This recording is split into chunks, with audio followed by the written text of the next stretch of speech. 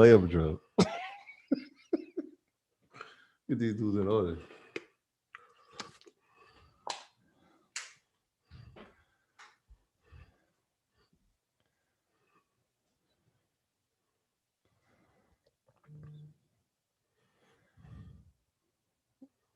What up? We on screen?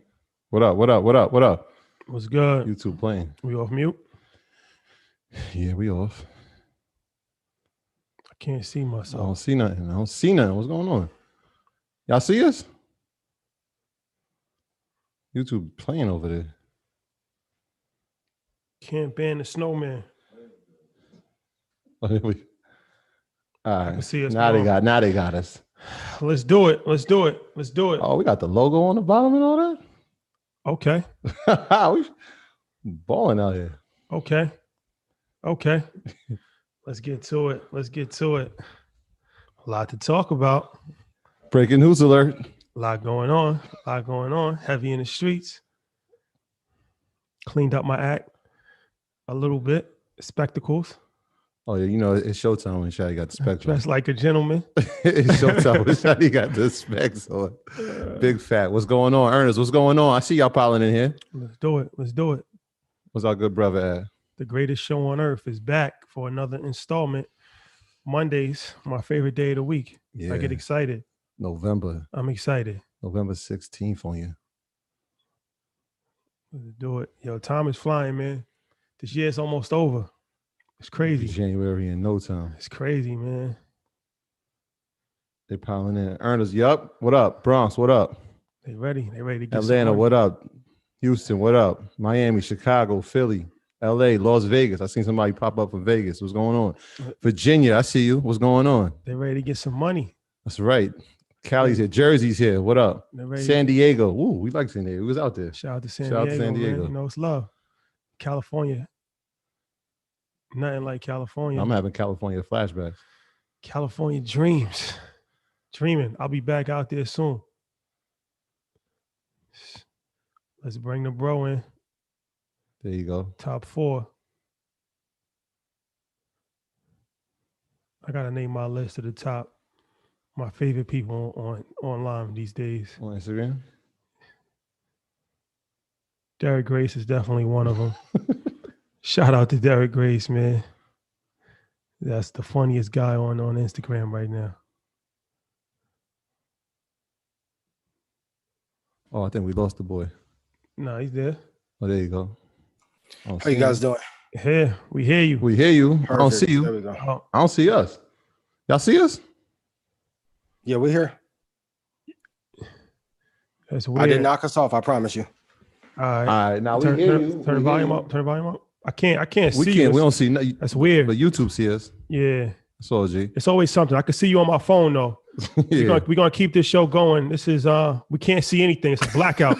Our screen is 100% black right now. It's Man, I've been having tech issues all day. Yeah, they playing with us over here. This is the first time this has ever happened, but you can't stop it. Can't stop it. So first and foremost, good brother, how are you? I'm very good. How are you? I'm good. Can't complain. You know, it's been a crazy day. It's a lot to talk about. And just when we, you know, the ninth inning. Yeah. You know, I was watching like 5:30. Kramer couldn't even get his joint off on his show. I was like, they left it for us. right in time. As the investing gods would have it. Yeah, for sure. So let's get into it. Welcome, first and foremost, welcome to everybody that's returning and everybody that might be new. As far as you know, we always welcome all people. Market Mondays, the greatest show on earth. We're gonna get it going. First, we gotta make some announcements. So earn your leisure. We got some exciting news. Yeah. First of all, I want to say, you know, this Saturday is something that's gonna be monumental. Real big. A monumental event. If you're a fan of basketball, street basketball, you know, there's only one tournament that really matters in the world right now. The biggest street ball tournament in the world, man. Dykeman basketball. Dykeman, man. Team Malo. Shout out to everybody uptown, man. Dykeman is the home of where Kyrie Irving played, where Kevin Durant came. It's just too many people, man. It's just, if you ever been to Dykeman, you understand it's a culture. It's a whole vibe. It's a whole culture, man. So we ain't have it this summer. We didn't have it this summer, man, but hopefully next summer. So it's an honor. It's an honor that, that's like our second home. Like we used to just go up there every single weekend. They show us so much love. We get the red carpet. It's called a red carpet of street ball. So it's an honor to be able to, we team up with those good guys out there. Yeah, shout out to Ken. We're going to go out there Saturday at 11 o'clock in the morning on the basketball court. And we're going to do it big for the community, man. 400 turkeys we'll be giving away. What we doing? $10,000 we'll be giving away. Slight giveaway. A trip to Disneyland will be raffled off. And an iPad will be given away, and we bringing some friends with us. Yeah, we bringing a team with us. We got y'all know how we move, man. Every time they're like, yo, these dudes moving like Wu-Tang out here. I'm like, nah, that's how we move, and we got some really, really special people that are flying in to be a part of it. So it's gonna be dope. It's gonna be amazing. It's gonna be amazing, and it's like, we just gotta give back, and a lot of these people you never see offline. It's like I've never seen these people in life. You should see them. They say they outside. I haven't seen them. I'm just saying when I'm outside, I don't see them. Be honest, I haven't seen them. A lot of these guys I've never seen in life. I'm like, do you live on a cell phone? Oh, Shaggy Spicy said he talking spicy. But we're gonna be outside. We're gonna touch the people. Yeah, come out and check on us. So if you uptown, man, if you're in Dykeman, come with mask on. Yeah. With mask all on. COVID guidelines are still. All COVID guidelines will be respected. Please. Socially distanced, mask. It's outside. It's on the court. So yeah, we got the open air policy, but we looking forward to it. Yeah, get you a turkey. And we got we giving cash out to the great people of the community, man. So make sure y'all come out. Obviously, it's first come, first serve. And again, all COVID guidelines will be enforced. So make sure you have your mask. Absolutely. We got to be. Is Dykeman where Kylie Watson and Leon beat Tupac's team in Above the Rim? No, that was the Rucker. That was the Rucker. Okay. So the Rucker used to have, shout out to the Rucker though, man. Strong history. The Rucker was the premier tournament for a long time, but Dykeman took that the last 10 years or so. Yeah. I remember when Game had Birdie's Revenge. That's the name of his team. Yeah. That's funny. It used to definitely be the Rucker, but now it's the last decade, Dykeman has been the forefront. So then tomorrow we got an exciting episode. Yeah. Ian, we got a special guest. We got a special guest that has never been on the show before. Michael McDonald. That's right. Might be Mike himself. If you're a loyal listener, you might know who Mike is. Our third partner who makes this thing run. So we got an exciting launch for our new merch line. Yeah. And we figured, we do, the good thing with Earning Leisure, you get to see us like as our growth and how we actually have grown from everything that we do. And merch is no different. So we went from making 30% profit margins to making 90% profit margins. We went from not knowing what we was doing to doing it ourselves to having manufacturers overseas. So merch is something that is like really, really popular for entrepreneurs. So we figured, you know what? Why don't we just tell our story? Yeah. Break down. We broke down our whole merch blueprint, all of the mistakes that we made, where we are now, how we was able to scale. Now we got a whole loft in Atlanta. Yeah, just we got for a merch. whole spot just for operations. People don't even know that. We was doing, shout out to Mike, man. We was really trapping out his crib. We got the packaging, new package bundle. That just came in. EYL University just came in the mail. That just came in.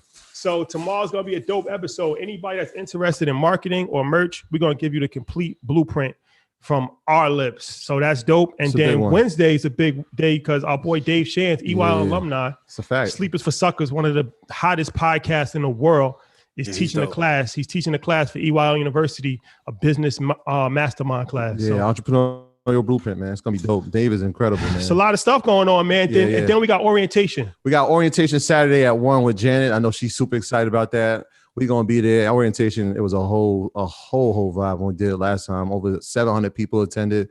It's for everybody that's been joining like over the past month who was like kind of not sure. There's so much content. There's so much information going around. And it's like, yo, we're going to help you navigate through it. So she's going to give you a whole breakdown. I'm excited for it. I know she's going to kill it.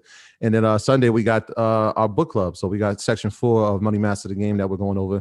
So that's going to be dope. It's a big week for Earn Your Leisure. I will be free this Sunday. Are you coming? Yeah, of course. Book club? There you have it. Ian Dunlap, the master investor himself, will be in Earn Your Leisure's book club. Trade Hover will be there. So yeah, man, it's a lot. I just had my financial planning call. Matt had his call this week. So if you're interested in joining EYL University, #1 online platform. He was on point. That Saturday call was crazy. That was 40% off for the end of the month. I'll put it in here. Promo code EYL. And yeah, man, we're gonna do it. We're gonna do it. I think Mike just texted us. Yeah, I see that. I see Ian, that. I'm gonna throw it to you, my brother. I'm gonna give you the alley-oop. Thank you. I appreciate that.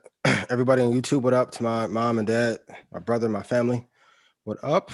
And also for everyone listening, the Futures program will start tonight at midnight Central. That's time. big. Yeah. Yo, y'all in for a treat. It's gonna be fun. It's gonna be a lot of fun. Let me see if I can share. Oh yeah, I'm looking at. Oh, let me give it to you. Troy, can you read the I got it. Oh, disclaimer, yeah. disclaimer? Oh, let's do that. I'm gonna make you the host, and I'm gonna read the disclaimer. Okay. All right. Got you. All right, that's yours. And here we go. Disclaimer number 1, please, first and foremost, do your own research. Our content is intended to be used and must be used for the informational purposes only. It is very important to do your own analysis before making any investment based on your own personal circumstances. You should take independent financial advice from a professional in connection with, or independently research and verify any information that you find on our show and wish to rely upon, whether for the purpose of making an investment decision or otherwise. This is a message from the good folks at Earn Your Leisure. Do your own homework. Yes. And actually do your own homework and not just say it. Let me know if you guys can see my screen and I will proceed from here. Yeah, we see it. It's a beach. Yeah, balloon beach, same, Okay. Look, gradient shade on it.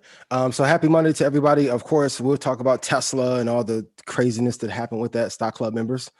Xander needs Christmas cards and Miles Morales gifts. If I've done you right this year. So, of course, if you want to know the easiest and fastest way of which companies to buy and where to get in, you can join the Stock Club. But the Futures program launches tonight. I know some of you have seen it, but I want to set the tone for what the program is going to be like for you guys. There comes a time in everyone's life when you're ready to set out on a new journey, a new adventure, and finally explore a new horizon. That's it. Might be Mike. Let me ask you a question, and I want you to answer me honestly. Ian, you there, brother? Yep. Can you hear me? When you were a kid, Hey. what did you try? So Goldman. First thing I want to touch on is Goldman.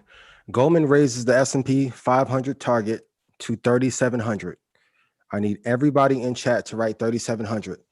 And even though we had a bunch of concerns throughout this year, look, from going to the very beginning of the first Market Mondays, what did we talk about? 2 indexes and 2 technology stocks. And we have broken every high that was previous to that. And now Goldman, of course, kudos to all the good people at Goldman Sachs and BlackRock. They raised the target to the S&P 500. So if you are in index funds, please continue to hold. Now look at this. After the election, we moved up 7%. The Nikkei, which is Japan's index, the Nikkei 225, hit an all-time high this month. The Russell 2000 also hit a high, and the Dow is about 500 points away from breaking its all-time high and cracking past 30,000. So during the midst of maximum pessimism, when everyone is concerned, I want you guys to shut out all the noise and all the distractions that you guys face and see.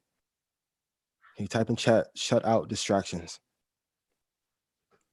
Because investing is not difficult.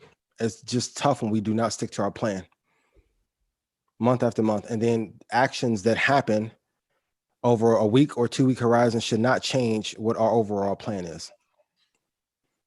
So if a second COVID shutdown occurs, which I don't think, and at being at close to all-time highs, this will provide us an opportunity. We are close. I want to say it right now. We are too high right now to buy. So we have to wait till we have a pullback, and then we can have an opportune time. But I'm begging you, between tonight and tomorrow, please don't look to just jump into the market, because I'm literally looking at the S&P 500 on my other screen, and it's at the top of the market. Please put in chat, do not buy at the high. I'm tired of seeing a lot of you guys type, hey, well, I bought here and now it's falling apart. What do I do? Let's refrain from chasing. Our job is to be smart, intelligent investors that will consistently buy at the best price. So once again, If the top of the market, let's say Dow is 30,000 and a house is worth 30,000, I don't want to buy it at 29,999. Got to wait for it to pull back. And with the second shutdown possibly happening, and of course, like I said, us being the highs, we'll have an opportunity. So once again, do you see why I say you should not sell your stocks? Doesn't make sense. First rule, you have to hold these for a minimum of 5 years. Next year, you're going to really hear me beat the drum of holding stocks for 20 years. And I want you to write this down. And we talked about this in March and April. And of course, we saw Disney. Kudos to everybody in Stock Club that got into Disney at 100. But we're seeing Disney take off, and they're getting to areas and highs that are almost unreasonable.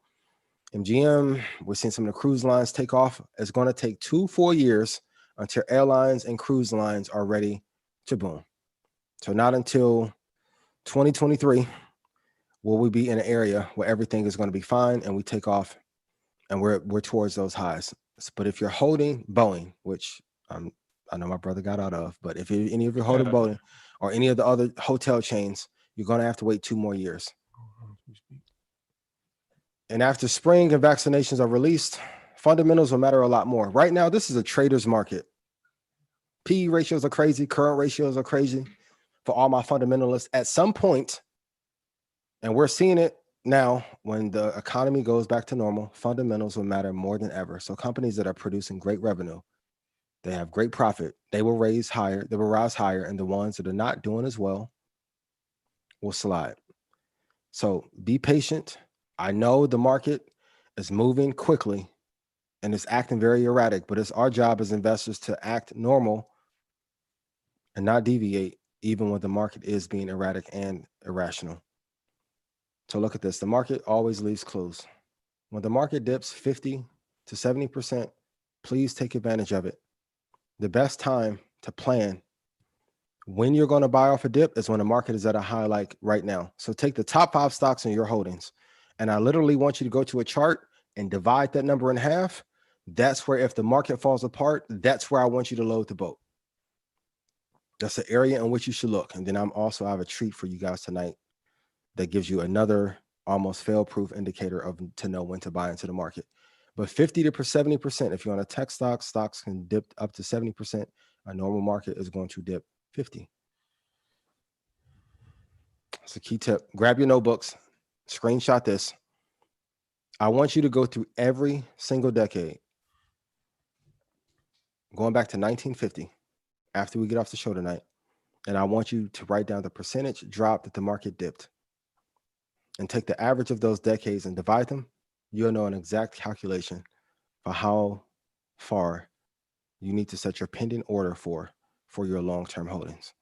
Type yes in chat if that makes sense. So I want you to go 1950 to 60, 60 to 70, 70 to 80, 80 to 90, all the way through 2020, and see how far of a dip occurs every decade.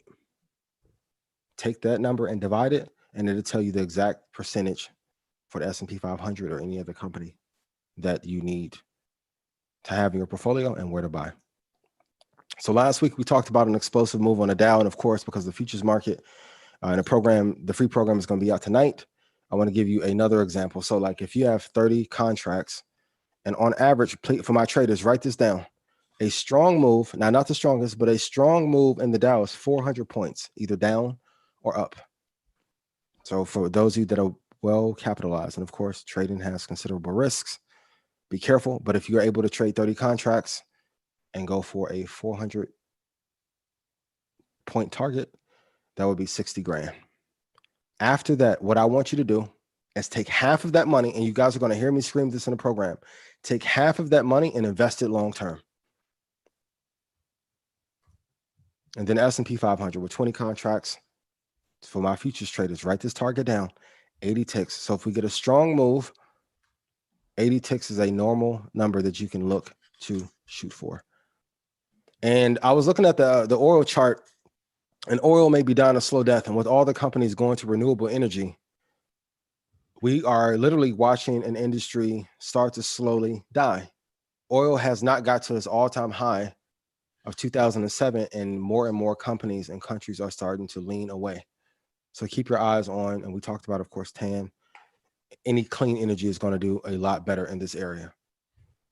Please write this down. If I don't have your attention, stop cooking, stop texting your bae, stop scrolling on Instagram. I need you to write these down. These are the 3 areas that if the VIX gets to, it is screaming for you to buy quality companies at scale. So let's go back, and I'll give you guys a cash out bonus if you can tell me what year the VIX hit 137, and Troy and Rashad can write the first person down who gets it. First level is 137.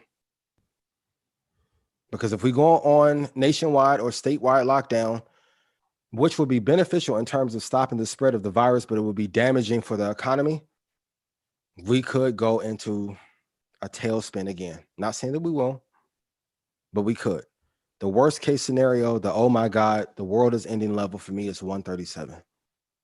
If VIX ever gets to 83, so you can set an alert for the VIX. If it ever gets to 83, you need to buy every quality company and put every dollar that you can affordably. I'm not an advisor. Consult your advisor. Consult Rashad.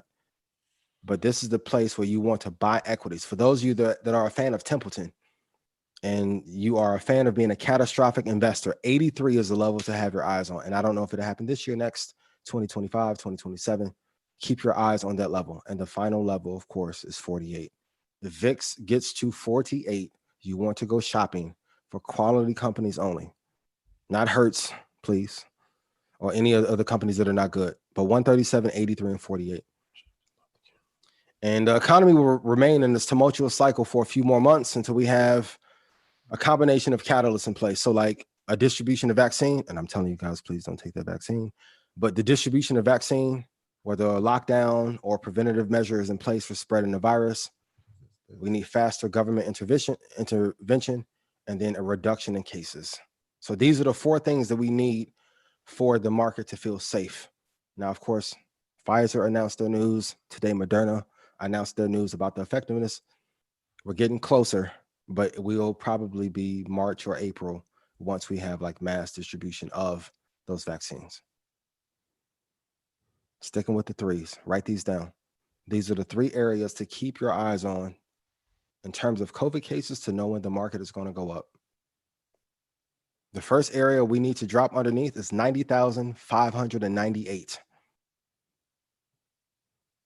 Level 2, 60,398. We're going to see a sharp increase from a 2 to 5% growth. People are going to start to get calmer. Now, when we get to 35,000 cases nationally in the United States, this is when you'll see all-time highs.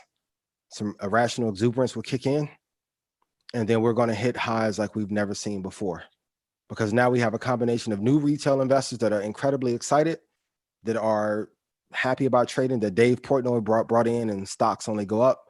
But then you're also going to have institutions and private equity together are going to be happy that the coast is clear and they can now put that powder that they've been sitting on for 8 or 10 years into the market. So 90,000, 60,000, and 35,099 is very key. Yeah, are we talking daily cases or are we talking in total? Total. Okay. The greatest asset in your arsenal that gives you the greatest chance of freedom is time in the market. I am begging you guys, I want you to stop jumping in and out of long-term positions. In order for any trend to be in your favor, whether it's intraday trading, short-term investing, long-term, you need time in the market.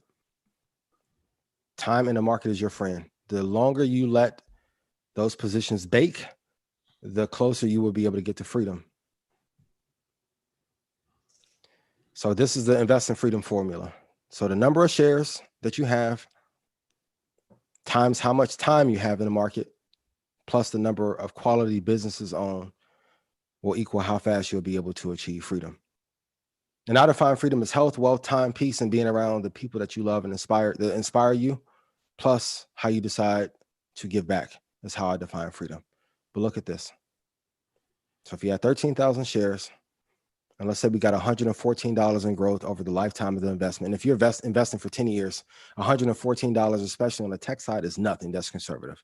You will be at 1.48 million. Type yes in chat if that's enough for you to retire today.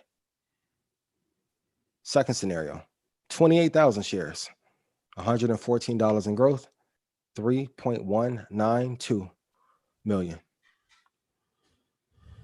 Put 3 is enough in chat if 3 million is enough for you to retire off of, please. And for my big boys, 115,000 shares. You want safe gains, $114 in growth. That puts you at 13.1 million.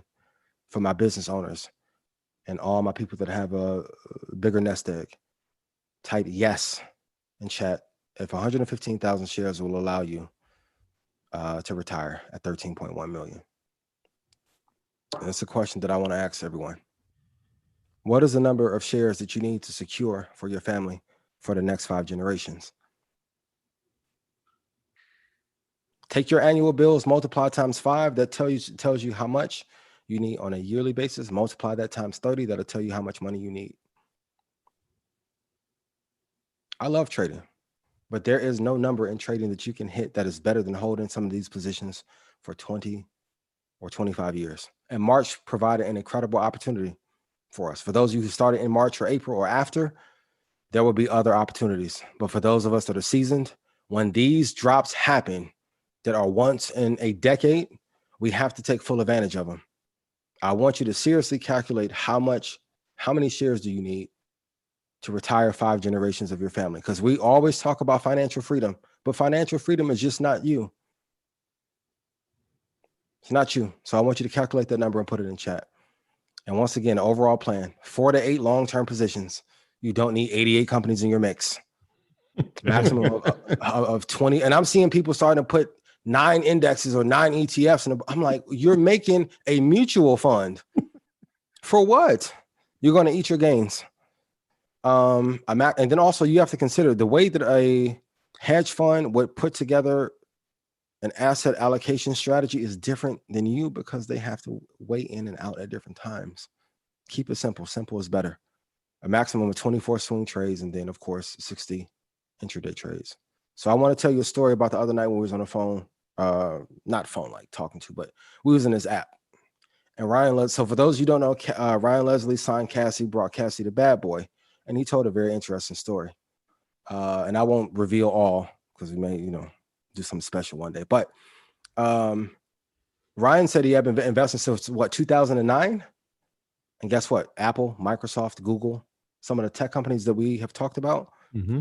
And because he's been investing since then, I don't want to count the brother's pockets, even though he told it online, but he has been able to retire and has made millions off holding those same long-term investments. So for my creatives who say this is not for you, for my business owners who says this is not for you, this is not the time to have an ego.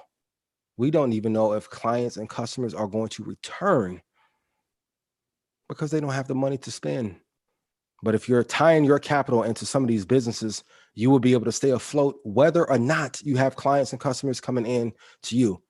So investing in the market and buying quality businesses is the ultimate hedge that you have. The 9th mistake that investors make. Please write this down. This is so key. Failing to hunt for exceptional opportunities in a contrarian fashion while obtaining data from the research from superior data sources.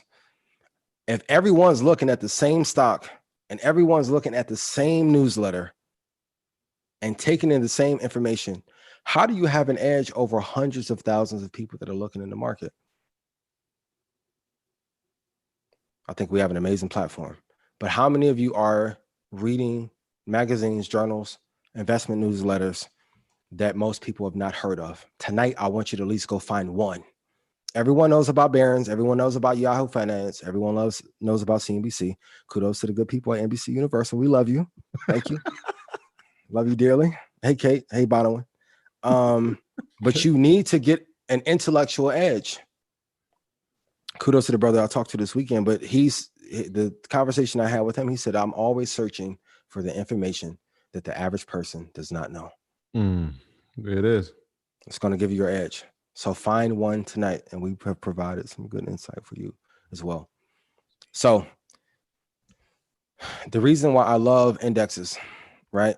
And I'll go a little bit deeper to touch off from last week, but the average annual return over the long term is always the same as the mismatch in the stock supply and money demand from 1970 to 2020.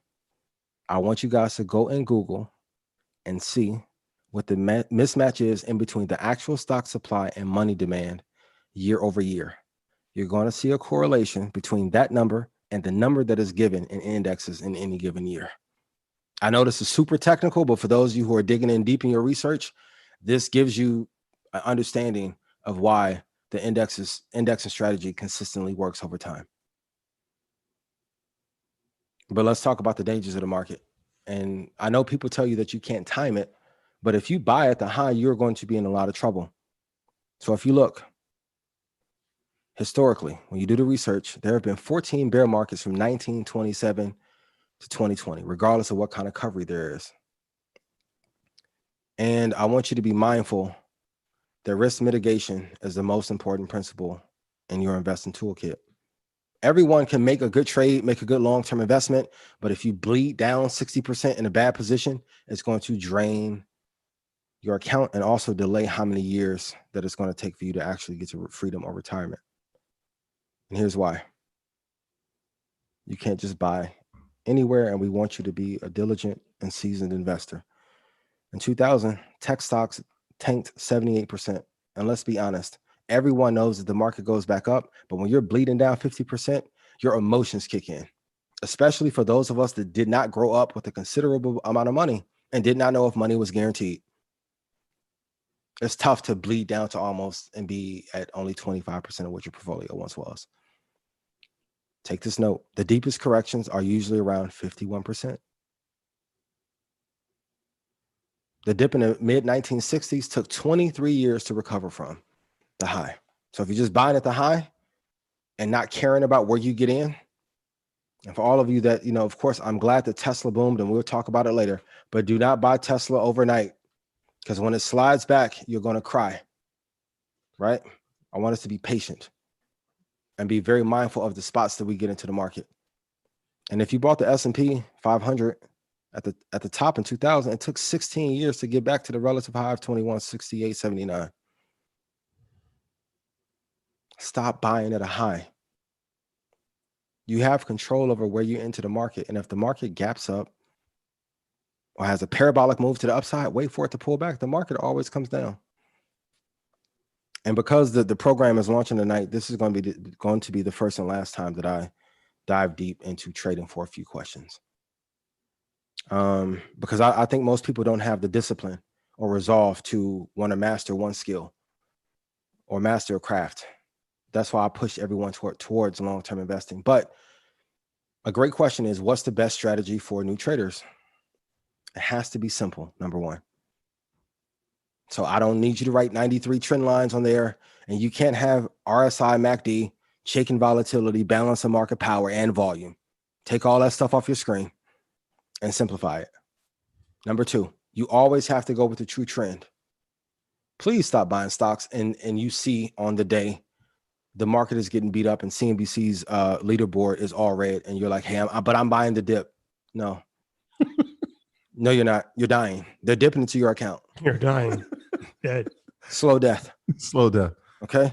Number three, you need a huge risk reward scenario. In the program, we'll talk about one. If you guys have been going through my content for a while, you know which one of my favorites are for intraday investing.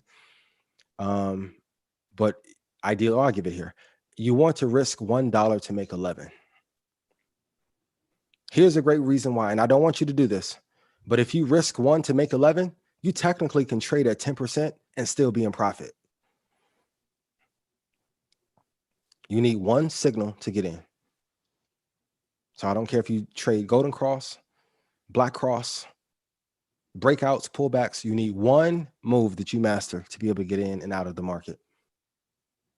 You need an automated exit, because when I talk to traders, the number one thing, hey man, where should I get out? You should know where you're getting out before you get in. That's a fact. This is part of business plan. What is the exit plan? So whenever you form any venture, you have to know, when you do your SWOT analysis, what are your competitive threats and what are potential exits we have for this plan? Yeah. So you have to know, great, if I get into Tesla, and for those of you who are already in, if I get in at 410, if it goes to 450, I'm exiting. That should be as clear as day. And lastly, you need a small set of trades to be able to hit your goal. There's no point in taking 290 day trades on a year. You're going to burn out. And that only favors the broker and the market makers. I mean, it's tough. I mean, that number in itself is tough. How do you allocate time to do the research on that many companies? Impossible. So, and that's one of the things I like about futures. The volume is equal, so I don't have to hunt for new companies. But when you are trading at this kind of scale, it's impossible to do that kind of research. What are the biggest mistakes that short-term investors make? They take too many trades. Unless you have a profit factor of 5, a win ratio of 70% or more, you shouldn't take probably more than 50 trades a year. It's too many. And then also not knowing your win rate.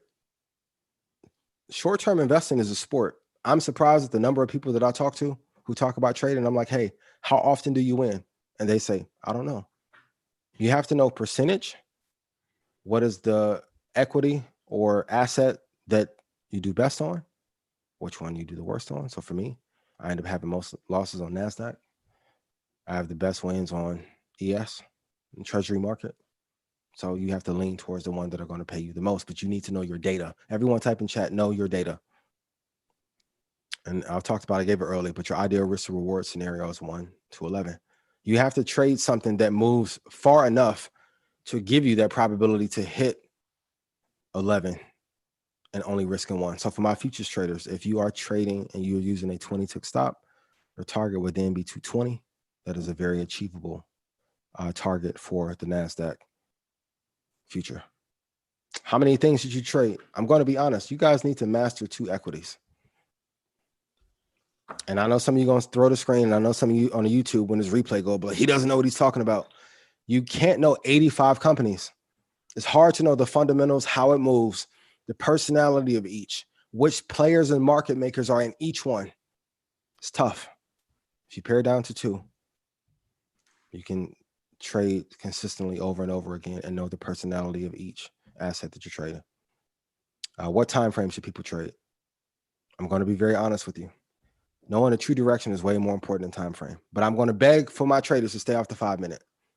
I talked to a broker, and he was actually an FX broker a few years ago, 2016. And he told me from the data that he saw, this isn't my theory, from the data that he saw, most traders have their losses on the 5-minute chart. And there is a reason why when you pull up most platforms for trading, the 5-minute is there for liquidity to take advantage of. The higher the time frame you go, the better. Which matters more, fundamentals or technicals? Both matter equally, and price will always go back to the true fundamental level it should be. But if there's a parabolic move, man, there's nothing you can do. You have to always follow that trend, because you can be right. Like right now, somebody's probably saying Tesla isn't worth 467 and they got a margin call. They may be right, but they was on the wrong side of the trend. Always look to go with that trend. And the best advice I can give you is pick a small number of trades that will allow you to get to your goal. Like if you're looking at certain futures, if you're trading half your size, if you can go 11 for 11, in some cases you can hit 1,100% return in 2 or 3 months. Of course, trading has considerable risks. It doesn't fit for everyone. You must practice, be diligent, be patient. You can lose everything and more in the futures market as well as options. So be careful with that. I want to put that disclaimer out there. But if you lock in on your craft, there's a good chance. Like if you're a trader, please type yes in chat if you think you can win 11 out of 11 trades or 11 out of 12. If not, you need to practice more. But once again, I want to cycle back and tell you, there's no amount of money that you can make from trading unless you're at a fund or Bill Ackman that will eclipse what you would make by long-term investing. I want to walk you through why. So if you go back to 2004 and look at VFINX, which is Vanguard's like premier or flagship index, check this out. It was only negative 2 years. So if I told you, hey, I can put you in an investment vehicle, and from 2004 to 2020, only 16 years is only going to be down 2, would you take that deal? It's a return of 400% since then. Let's look at the triple Q's NASDAQ. As volatile as NASDAQ is, if you go back to 2004, it was only down 2 years. And if you would have invested 100 grand, you would have 847,000 now. So let's get away from indexes and let's go aggressive. Amazon. If you go back to 2004, Amazon only had negative 5 years, only drew down 5 years out of 16, which is pretty damn amazing considering the fact that they just recently turned profit less than a decade ago. 100,000 in would gross you 5.769 million for 100 grand. Now, if you don't have 100, calculate 10 grand. If you don't have 10, calculate 1,000. But 57x is pretty amazing. There are not too many traders on earth that are getting 57x. And if they tell you they are, they're bullshit. I'm just being real with you. That's different. And then let's go to my baby. Kudos, Johnny Ive, Steve Jobs, Wozniak, and we'll even throw in Scully. With the exception of 2008, Apple's only drew down 3% in 2015 and 5.3% in 2018. It's one of the greatest hedges in the history of technology stocks. One of the great, if I can put you in a technology company that everybody loves, and this is a fundamental thing that you need to write down. So I'll give you a little tip. You need to go research how far these companies draw down that you love. Draw down means to lose money. Only 3 years since 2004, and 100,000 in would be 33 million if you reinvest the dividends. Do the math with 100K, 10K, 1,000. So as much as I love trading, short-term investing, once again, with Tesla, Google, Apple, Microsoft, AMD, kudos to my sis Richie, who recently moved to Texas. She was the original stock club member, and AMD at 14. If you hold these companies for 10 to 15 years, you can get freedom. It's not many traders is getting 330x or it's 57x trading. All the big money that has been made in the market has been long-term. So I want you guys to have fun. I want you to trade. I want you to run that bag up if you can. But I would need you to realize that all the big money that you're ever going to see is truly on a long-term investing side. And I appreciate you guys so much. I'll ask you again. If your life was on the line, I asked you last week, if your life was on the line and you had to pick one company, the one that you are going to invest in, is it the one that you will put your life on for? If not, you have to let it go. Leave all the crazy BS companies alone, invest in quality. And in 10 to 15 years, I promise you, we'll be your best friend. You'll be inviting me, Troy, and Rashad over and Mike for Christmas for what we did on Market Mondays. Yeah. I love you guys, and thank you so much. I see that the school projector came back out at the end, man. Incredible. There it goes, man. Ian, that was amazing. That was amazing. Once again, not in some. Yeah. I'm trying to reclaim the host. We got to get back on ourselves. Yeah. We can't see. The problem is we don't know if you can see us or not, because I can see you. You can see us? Oh, yeah. We can't. We looking at a black screen, our computer is black, so we can't really tell. We can't see anything.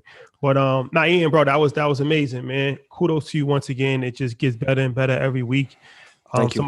Somebody I was reading on YouTube. Somebody said, "This is my first time tuning in. I can't believe this information is free. Where have I been? I've been slacking." So it's crazy. Let me say this for you guys, and I mean to cut you off. We vibing with the light skin and glasses vibe though. If you guys don't know, Market Mondays is a live like $20,000 class given for free every week. So if you go back to the first episode, so Boeing 97, 99, 100, Disney 100. We also told you the areas in which to buy Las Vegas Sands, MGM. This is a master class right in front of you. So thank you for saying that. I appreciate you saying that. Ian, it's funny you said that it's a master class. We got a breaking news alert. We at 6.6 thousand right now in here. That's breaking news alert. Shout out to all the earners in here. Shout out to everybody in here right now. That is insane. Yeah. Oh, I see you now. You got the dinner jacket on. Is that the burgundy dinner jacket? This guy's getting better with time, man. T-shirt with a dinner coat. Yo, man, I love what you said about Apple, man, because I called Shai today just to let him know. Like, I was thinking the same thing in my head. Like, which company would I, be willing to risk it all for? And Apple was it came up. You know what I'm saying? So I told him today, like, it was the first time ever. I'll just share with everybody. I'm on a journey to getting my 1,000 shares of Apple. because we had a lot of option calls, a few option calls on Apple, and I'm like, yo, I'm gonna start this journey. I'm gonna try to get to 1,000. Because I keep hearing in my head, yo, 1,000 is a number, 10,000 is a number. So I'm like, yo, let's start with 1,000. So I had an option call that was going to expire this Friday, on November 20th, and it was up. I remember I sent you out a picture. I'm like, yo, I'm up 1,000%. It was like, this is crazy.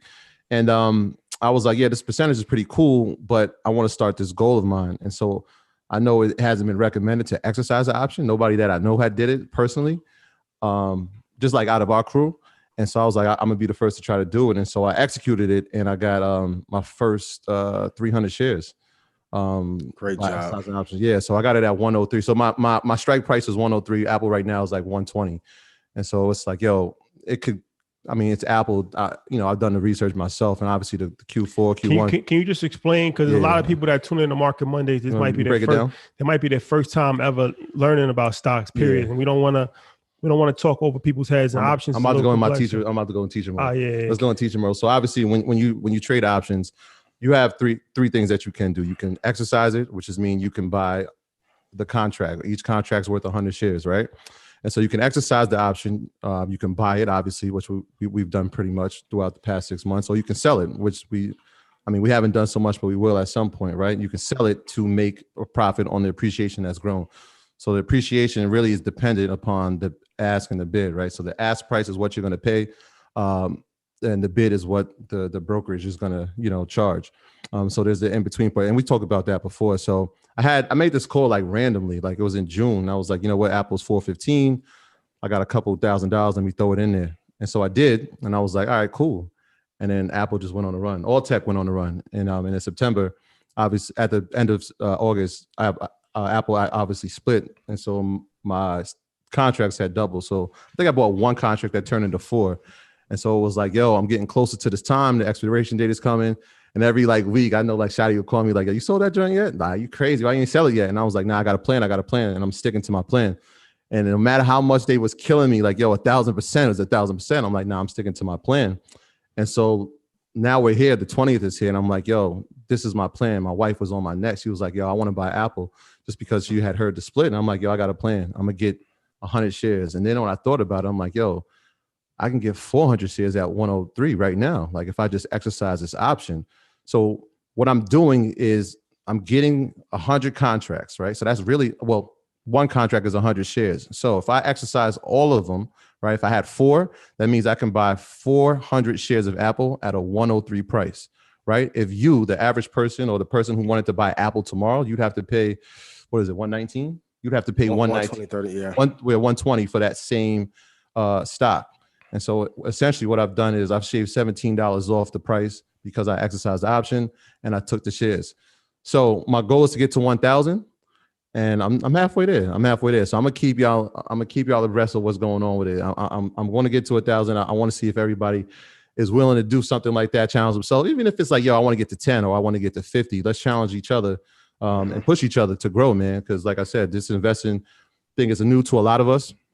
We've been diving in for a little bit, but it's new to a lot of us. So let's encourage each other. Let's build together, y'all. Yeah, man. I've been encouraging Troy to become more vocal about his things because he, a lot of times he's more killer. Yeah, but he's the one that actually he studies this stuff and he researches it, and then I just get the cheat notes. I'm like, yo, bro, what's the number? Yeah. It's I'm dope, the kid though. That just, if you ain't cheating, you ain't trying. So yeah, that's him. That's what I'm saying? Yeah, and it's dope though. But it's dope. Shout out to our team though, because what he's great, like I said, and it goes back to our relationship. And Ian, same thing. Like I'll hit you up, like, yo, bro, what you think? And it's like, yo, he doesn't have to be great at that. Let me be great at that. He gonna take care of something else. And so if this is the thing that I'm gonna do, they know that they can trust me because they know I'm doing the work. So I'm doing it for the team. Troy does the work. I pick his brain, I execute it, and I put my results on social media, and I get a bunch of followers and DMs. And it's a fact. Now you go. Now here come my DMs. Now here come my DMs. The hero. Yeah. He gets to be the family man. Yo, I get to be the hero. That's a great trade-off. I'll tell you, it's a great trade-off. I'll be honest. But it's definitely a great point that I want you guys at home to remember. Stay quiet and do the work. Just do the work. Just stay quiet and do the work. Because I know a lot of you feel like I came out of nowhere, but you didn't get to see all them years when I was just quiet, when no one knew that I had any interest in this. So you can pass up a lot of people by being consistent, by just being quiet, being a silent killer, doing your research and putting in the work. And then my 5-year target for Apple is at $328.07. You can mark that off. Because historically Apple tends to run up 500%. So 328.07, you can mark that off. Yeah. So now think about that, Ian. Like now those $103 that contract that I just exercised, or that option that I just exercised, if you're saying 328, I got at 103. So think about the percentage on that. And it's not even for me. It was like, yo, I'm gonna do this for my kids. I'm gonna have 1,000 for them. And they could just hold on to that account, man. So yeah, it's dope. Do your research though. And that's teamwork. Like I said, he gets to be the hero. I get to be the family man. I'll take it. There's no trade-off. Well, he getting the money though. He getting money, so it's all good. We all get it. Everybody eats. You know how we play. Everybody got to eat. Everybody got to eat. Shout out to everybody, because it's not just us, man. There's a lot of people that are coming in and reaching out. I know like a lot of dudes pulling up to the crib. It's really encouraging, man. Yeah. A lot of our shout out to Panama pulled up. Shout out to Corey. Shout out to everybody. People just like Ja. Of course, you know the usual suspects that we always are with online, but a lot of people just in day-to-day life that we just grew up with, we just know. And they just become resources, and they like learning, and they're sponges. It's crazy. So it's becoming a whole movement that just offline of people just like, yo, what do you think about this? And people I never heard talk about stocks ever. Crazy. I had a call last night. Shout out to Ty, shout out to Spence, shout out to Hori, shout out to G. We had a call last night, and it was like, yo, remember when we used to talk about nothing in the parking lots? And now we talking about this. So it's so incredible, man. That's why I said, let's just build together. Let's grow together. Yeah. Because when you guys actually execute, and people see the results, then they then want to do. I'm going to be very honest. Most people don't want to hear about it because they don't see people enjoying any of the fruits of their labor. Exactly. Yeah. Execute. And now I was with the Red Panda family Thursday and Friday. Shout out to y'all. But I've even noticed on the trading landscape as well, the people who talk the most and say, "Oh man, I swear we get another dip. I'm gonna get all the shares, bro. All the shares, bro. I'm gonna sell the Porsche." Because listen to me, I'm gonna sell the old school everything. That never happens. Never happens. Stop talking. Just execute. Wake up early and do the homework, man. That's a fact. That's it. And it's fun because you then get an edge, and then you don't have to depend on anyone. Especially in this era, if COVID has taught us nothing else, we have to be relying upon ourselves to provide freedom for us. That's it. No, that's a fact, man. So Dan, that's 52 minutes right there. That's crazy. It's already now. We're gonna go into questions, but before we do that, let's Adam hit those likes real quick. My bad. Yeah, let's acknowledge the fact that we broke a record. 6,700 people on Zoom, over 700 earners on the check-in. 760. Dang. Woo. Let's pay homage to that for a minute. Put them caps up, y'all. If you smash that like button on YouTube. Smash the like button. Put the caps up. Let us know you're here. Hit the like button. Hit the like button. Get the light feet going. Get the light feet going. Real New York things going on. Oh, New York, man. It's going to be a glorious day on Saturday. I'm looking forward to it. So let's excited, ain't it? Let's talk about what everybody wants to hear. Tesla. Tesla joined the S&P 500. We got that news at around 6:00 tonight. And, I got the alert on my phone and I'm like, oh man, this is crazy because it had been speculation that Tesla was joining the S&P 500 for months. September, they got deaded, man. Yeah, it was like when Ripple was supposed to join Coinbase. I still have nightmares. I still have nightmares about that. If you're in crypto, you know what I'm talking about. Don't bring up old things. But so first, I'll just explain why the S&P 500 is even what it is actually, because people might not even know what it is, right? Mm-hmm. Standard & Poor's 500. So it's a stock market index, which is probably the most respected stock market index. So there's a couple. There's the Dow Jones, NASDAQ, Russell 2000. So the S&P 500, what it is 500 companies. It's like a microcosm of the market. 500 large companies that make up, different sectors inside the stock market. And so usually, like when you hear the stock market is up or the stock market is down, they're not talking about every single stock on the stock market. They're talking about an index, and the indexes are usually the Dow Jones or the S&P 500. The Dow Jones has 30 stocks in it, and the S&P has 500. So obviously, if you just look at it like from a science experiment, 500 is a better case study than 30. Like it could be 30, can be more skewed. So the S&P 500 is a big deal because, like, if you have a 401k, you usually have like an index fund, right? So in the S&P 500 is usually that index. Life insurance policies a lot of times have index funds, hedge fund managers, mutual funds. So it's a lot of institutional money that goes into it. So being that Tesla, somebody has to get kicked off. Yeah, that's the part that people got to realize. It's only 500 companies. And maybe two companies got kicked off because Tesla is, I mean, their valuation is so high. They're coming in at like almost 400 billion. The largest ever. So they may have to be broken into separate pieces. Nobody knows yet, but that could be a possibility. Yeah. So maybe two companies got to go. Yeah. So pension fund, 401k. So now it just gives more exposure to Tesla as a company. And I mean, of course, we've talked about Tesla till we was blue in the face. So it's no, obviously we are partial to the company. We like the company. Yeah. But there's other ways to. First, let me just say this. Everybody can have their own opinion on it. Stock market, the Dow Jones right now is at 29,950. It's 14 points from its all-time high. The S&P is 19 points from its all-time high. NASDAQ is 84 points from its all-time high. So the stock market is pretty much at an all-time high right now. And we're in the middle of a global pandemic that's not over yet. And we're still in a global recession. So, I mean, it's pretty much common sense that we're going to have a pullback, right? You don't have to be a rocket scientist to figure that out. So it might not be let me just say that it might not be the best time to put money into the stock market right now, because it's going to pull back soon, probably. It's common sense, right? So let's just put that out there. But of course, you can do whatever you want. Tesla don't buy the high unless you're stupid. I'm gonna just be straight to the point. Especially Tesla, don't touch it. Because I don't want to hear it next week. Well, you guys said to buy. No, you guys said. You know what's so crazy though is like the number one rule in investing is buy low, sell high. Mm-hmm. But 90% of retail investors do the exact opposite. They buy high and then they sell low. I use Bitcoin as an example because that was the most famous of recent time. If you follow the Bitcoin craze a few years ago, it was at 7,000. I bought Bitcoin and it was at 5,000. And then I saw it go up. I saw it go up to 6,000, 7,000, 8. When it started to go up, everybody was talking about it on social media. 9,000, everybody's like, your barber starts to talk about it. 10,000, it's like, okay, what's going on? 12,000, then it's just jumping. People's on the fence. Now they're like researching crypto. Crypto becomes the number one Google search word, but they're still not really buying it yet because it's like, I don't know, it could be a scam. And then it gets to 18,000, and then it gets to 19,000. Then everybody puts their money in, and then it's 19, and then it goes up to 20, and then it's like, all right, I made 10% profit, and then it crashes, and then it goes down to 4,000. Here come them whales. And then what happens is that you bought it at 20,000. Psychologically, you don't look at it like, damn, I lost 80% of my portfolio. It's at 4,000. Why am I going to sell? You look at it like, I don't want to go to zero. Now I'm nervous. Now I think this thing could actually go to $0, and you sell. And then it goes back to where it's at now, 16,000.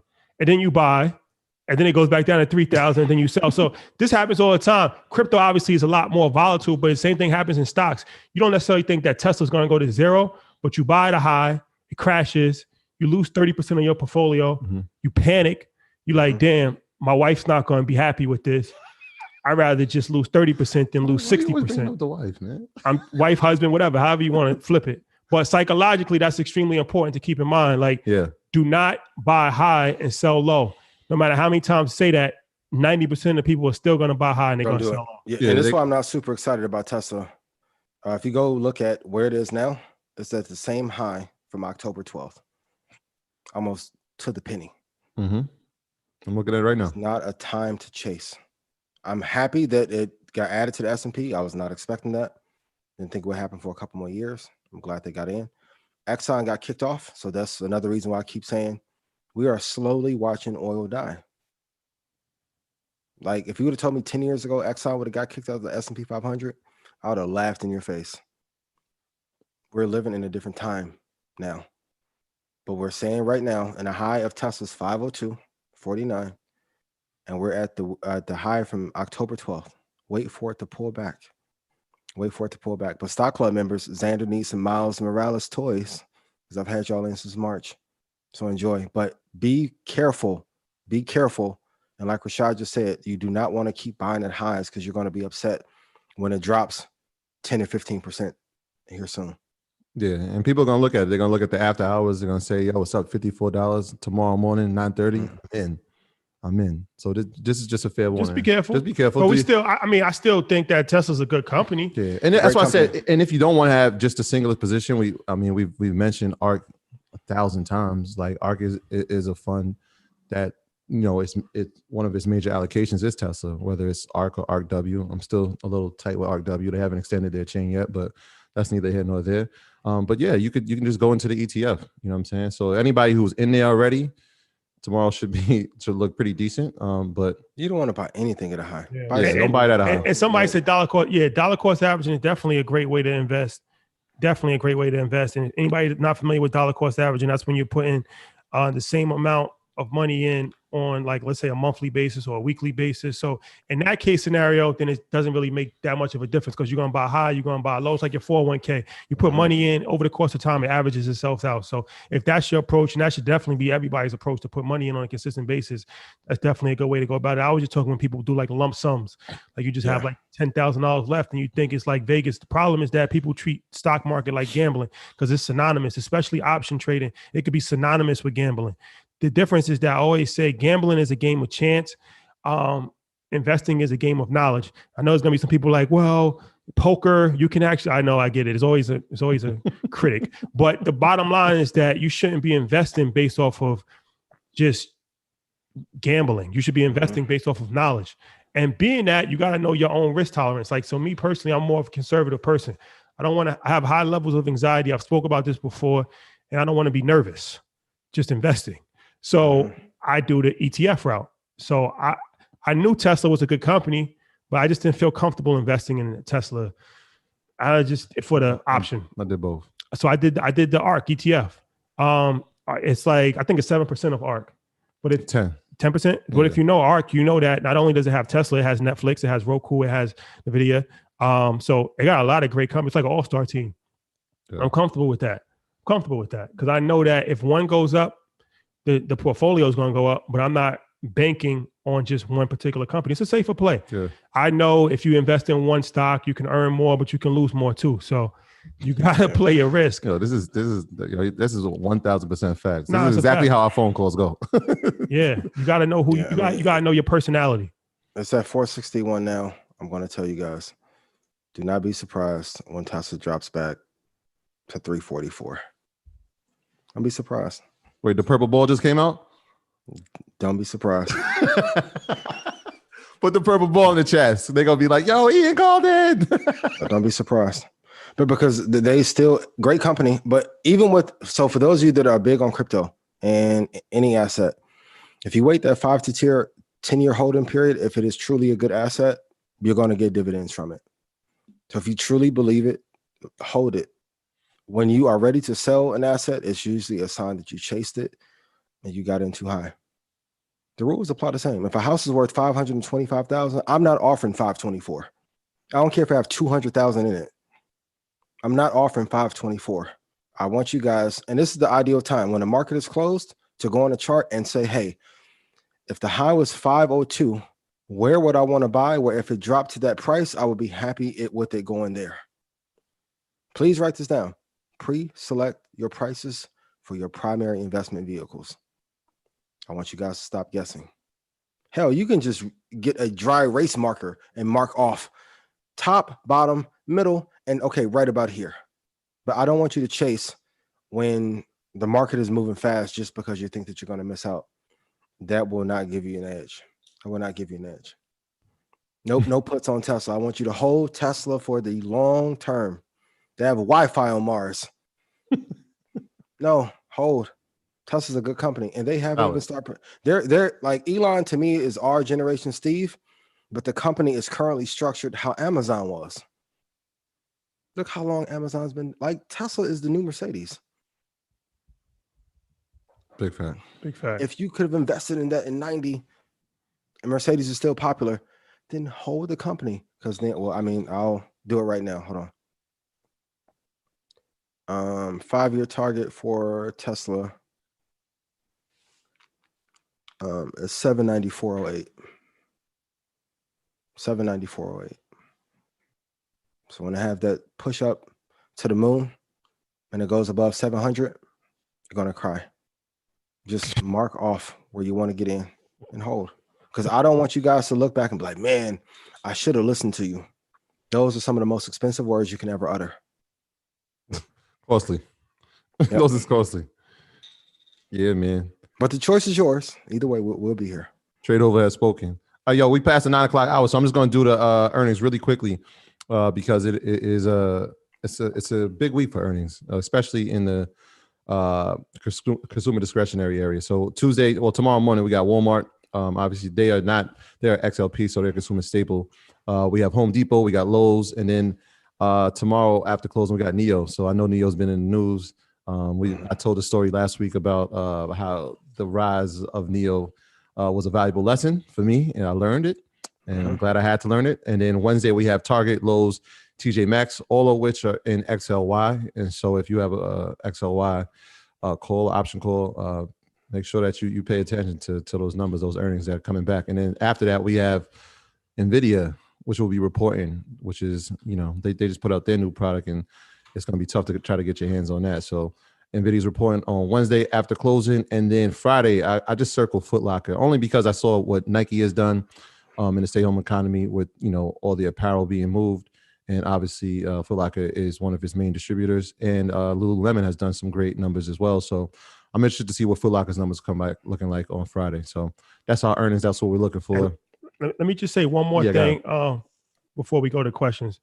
Tesla is arguably the most volatile stock on the stock market. You got to realize that it was literally $70 last year, and now currently after hours adjusted after split. Yeah, after split, $462. Elon Musk, he's kind of like a Donald Trump in a sense. He's like a good Donald Trump. He's entertaining. On Twitter, yeah.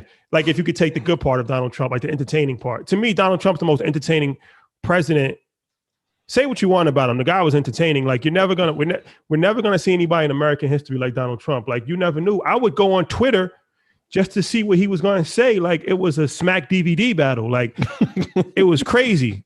So I say that to say Elon is very similar as far as his personality. Like you never know. Well, he's going to be smoking weed on Joe Rogan.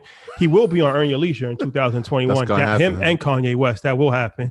We're speaking that into existence. But it's a very volatile stock. Yeah. It's a very volatile stock. I mean, this guy said, "Yo, the stock ain't worth it." Like who does that? No, well, he said it was overvalued, which is true. Yeah. I mean, what you have to understand, and then also for those of you that are seasoned investors. You know what stock used to be volatile as hell? The same crazy Steve Jobs Apple. So if you invested in the market 2006, 7, and 8, do you remember that Apple used to be one of the most traded stocks at that time? They said the same thing about Steve.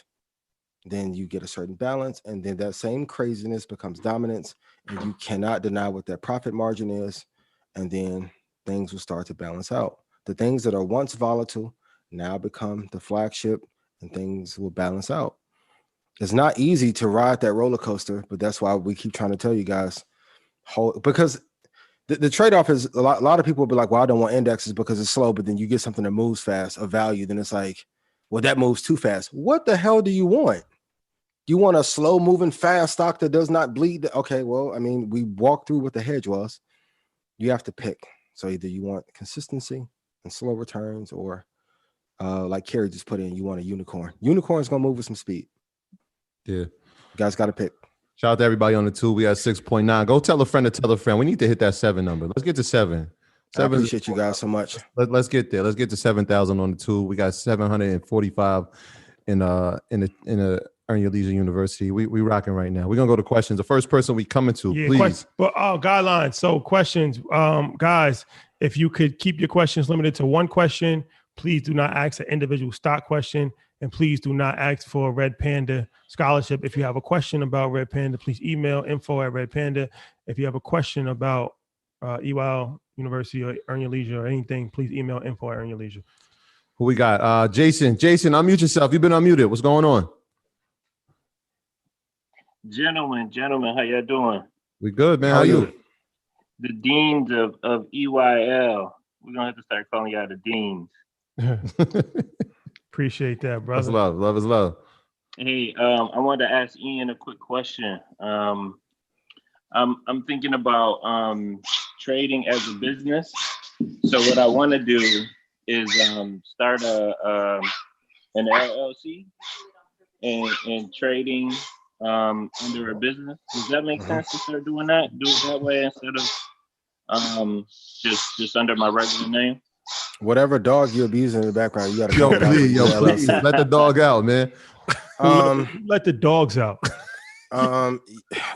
Yes, it would be good, but I need you to practice first. So I'll tell you guys in the features program, I need you to take 300 practice trades before you go. So unless you're already trading and investing, if you are, I want you to unmute and tell me what your win percentage is, what your profit factor is, what your Sortino index is, and what your ulcer index is. If you don't know, I need you to get back in the gym.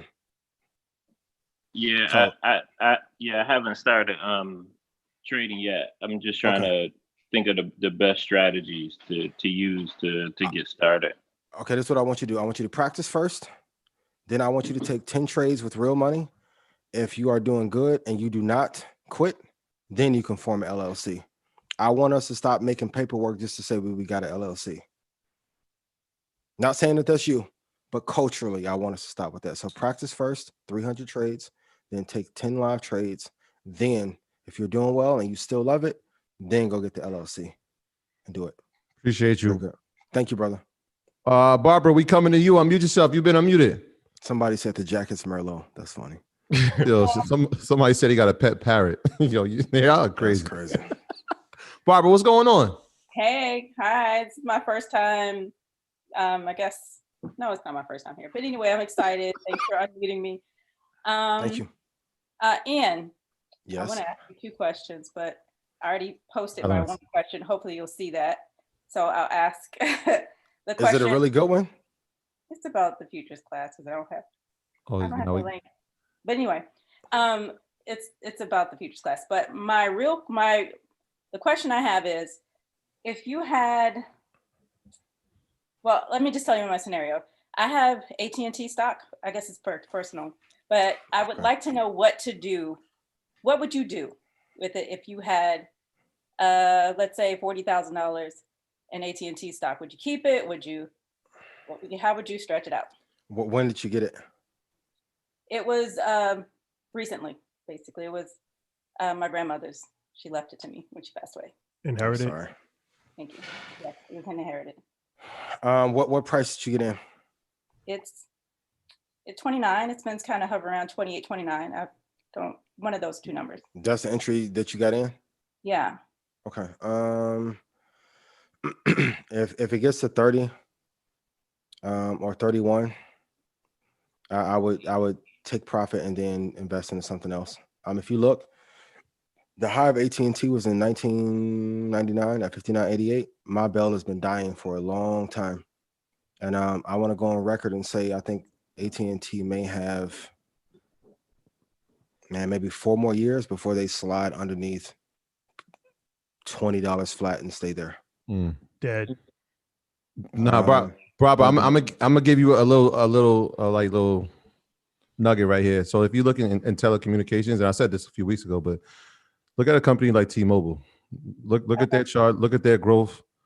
It'll surprise you. Most people don't talk about T-Mobile, but obviously when they acquired and they took over Sprint, with the amount of money that they're bringing in, obviously because they're affordable plans. Take a look at T-Mobile. The ticker is TMUS. Okay. And then appreciate the question, Barbara. Appreciate you. And then I want everybody on YouTube YouTube's crazy with the comments, by the way. But YouTube and Zoom, if you go to your Apple iPhone app for stocks and you enter T for AT&T, look at the 5-year chart. Just look at the 5 without even knowing how to read a chart or whatever. Look at the 5-year chart. Down. Is that encouraging or discouraging? Yeah. And now do the same thing with T-Mobile. Put TMUS in and look at the 5-year chart on T-Mobile, and it's a completely different picture. It's actually what you want to see when you look at a chart. What's T-Mobile's thing? TMUS. TMUS. You looking at it?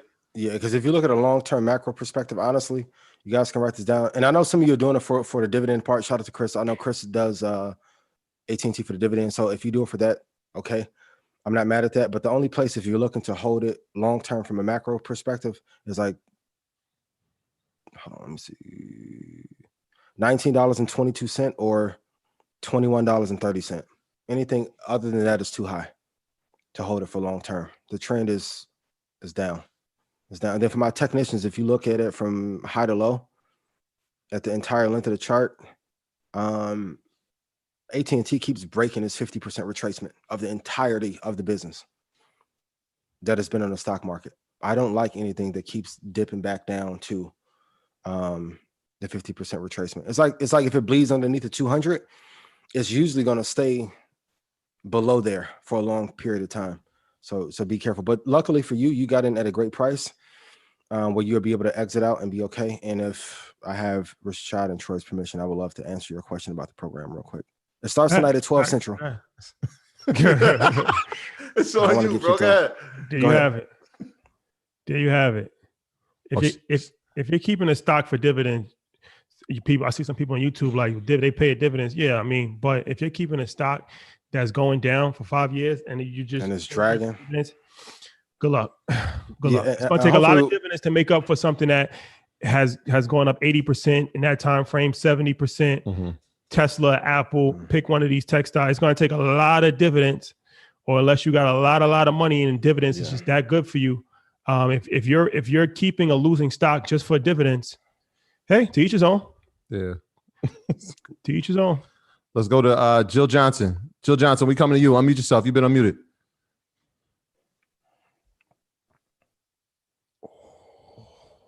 Come on, Jill. How are you? Come on down. Jill, ain't no fridge breaks. You know the rules. You know, maybe you know what? It's a new name, so they may not know the rules. 2. There's no.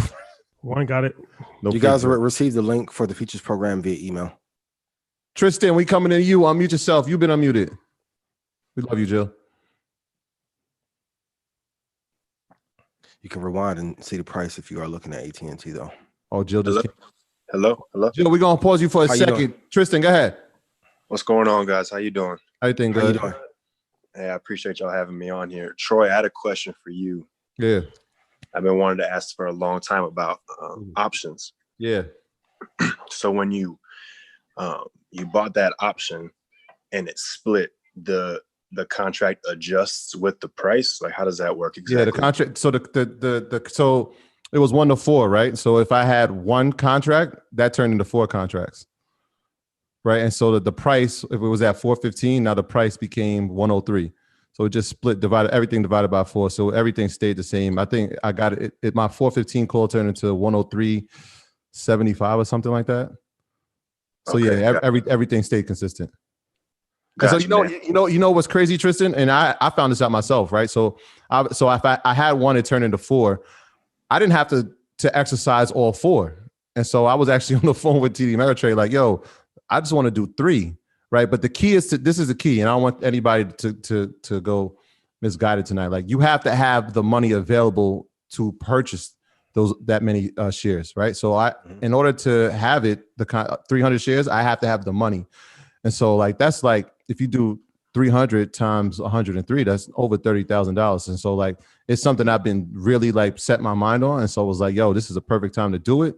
Let's do it. Because the goal, like I said, is to get to 1,000. And so, I didn't have to sell all 4. I could have just sold 1 and just I'm going to get 100 shares. So that was something that I actually learned today. So every time I learn something, that's just the teacher in me. Like, I'm going to let everybody else know. Yeah. Man, and for context, I see people talk about AT&T as well in the comments. If we say that it's not a good dividend and Trap has it on this page, we love Trap. So we're not being funny.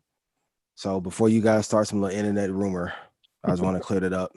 I think Trap talks to Trap all the time. Yeah, shout out to Trap. So don't be like, yo, Rashad and Ian said he hate AT&T. What's going on with y'all? Oh no, if Wall Street Trapper said it, it's good. I'm sorry. I apologize. I ain't know Wall Street Trapper endorsed that. If Wall Street Trapper, shout out to Wall Street Trapper. Because there is a so if you have a big amount of money, but even shout out to Chris, there's other positions that you have. It's not in your primary. It shouldn't be the primary dividend that you look for if it's been falling. So I just want to clear that up so we all as a community can get along, right? So I've been seeing y'all comments. Can't we all just get along? Please. Yeah, but it's opportunity cost, and Trap's my guy. And shout out for that fire idea you threw me last week too. I'm gonna get on that. So, but you have to worry about the opportunity cost associated with. And the plot thickens because apparently Wall Street Trapper said he would choose Verizon over AT&T. My guy. So take that. That's my guy. Trapper me the other night, like, King, you need to do this. I'm like, why are you yelling at me? But you right. That's my guy. I appreciate that. Oh man. Let's see. Let's go to a new person. Lenny, we coming to you. Lenny, what's going on? Unmute yourself. You've been unmuted. Hey guys, how you doing? Everything good. What's up? I'm well, thank you. And thanks for everything you guys do. Appreciate you guys a lot, man. Appreciate you for rocking with us, man.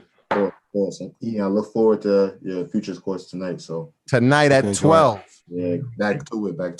12 Central, right? 12 Central, yeah. We're in New York, so that's 1 o'clock. That's 1 a.m. Y'all gonna be up anyway. Yeah, y'all gonna be up. Can y'all do us a favor?